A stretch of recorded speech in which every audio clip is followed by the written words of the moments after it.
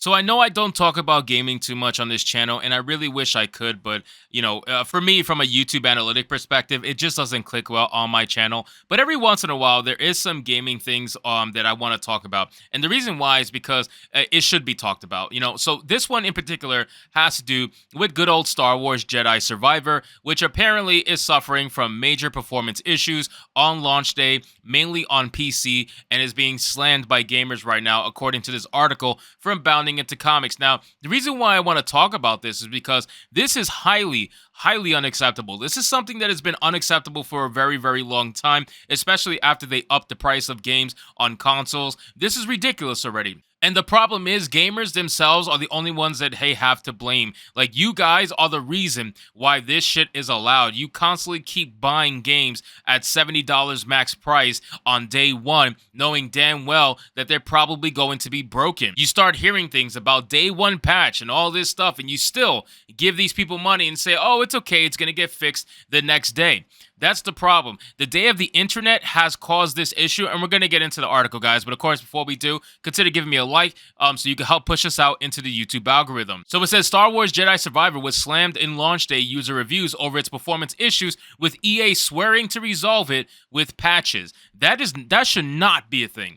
That should not be a thing. You should not be waiting for patches for a game to be fixed on launch day. When a game is launched, that means it is complete. It is supposed to be complete. It is supposed to be done. But the problem is, when the internet was introduced into gaming, it has allowed them to find a way to patch games that normally would not have been patched in the first place had the internet not existed. And that's the issue, because before, gaming or video games in general were always complete upon release because they had to be complete. There was no way they could fix it. Developers knew that if they released a game that was unfinished, they could not fix the product once it was released. The internet was not around back then, so games had to be completed to its entirety before it was actually released, and the only way they can fix anything is by introducing a sequel in the next game or whatever and trying to make things better. Otherwise, the game itself, once it's released, it was done and that's it. This whole idea that has been brought on by internet modern age is ridiculous. We should not be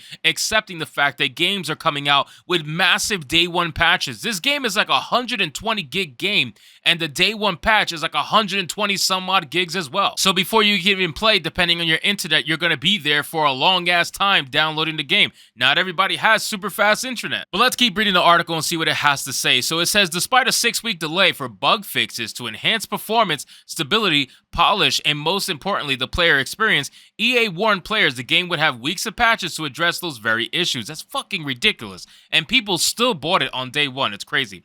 Cal's newest journey into a galaxy far, far away has begun, and we're excited for you to experience it, EA stated via the game's official Twitter account. Our first patch will arrive on launch day across all platforms. In the weeks ahead, we'll deploy patches that will fix bugs, improve performance, and also add more accessibility features. It seems EA may have undercut their own warning, as Star Wars Jedi Survivor is barely surviving the wrath of Steam reviews. As of April 28th, the game was deemed mostly negative from over 3,000 user reviews. At this time of writing, the game has risen to mixed. 48% recommended the game from 6,532 reviews. And honestly, the best thing you can do is refund the game. Like, refund the game. Do not pay for this shit. If they cannot release games complete and ready, refund the game and then wait for it to go on sale later on and rebuy it if you really want to play it.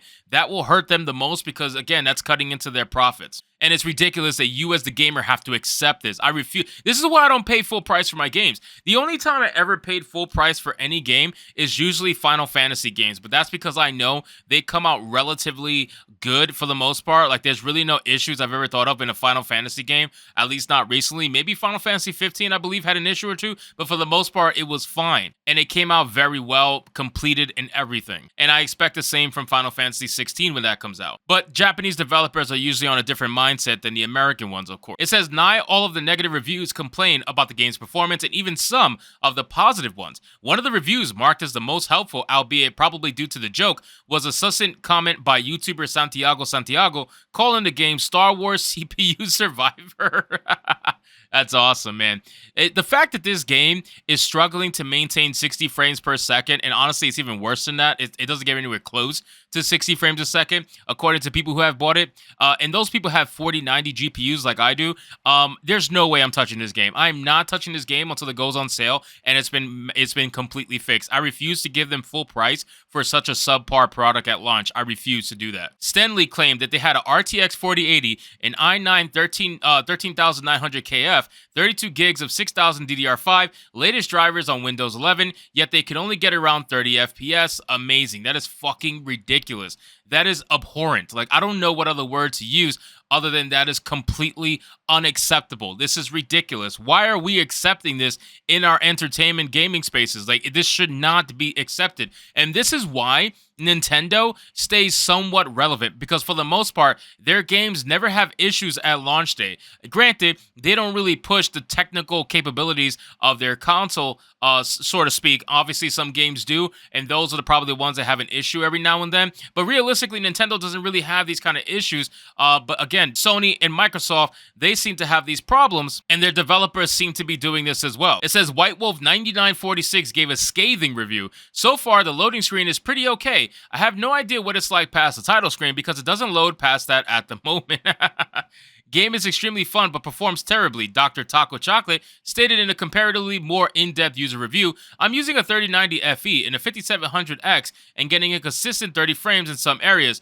Other areas giving a mostly consistent 45. This is at 1440p. Lowering the settings and using FSR don't make a tiny bit of difference, and it goes up like 19 gigs of VRAM. It's a rad game, but definitely wait unless you have 24 gigs of VRAM and don't mind playing games at 30 FPS to use it at it.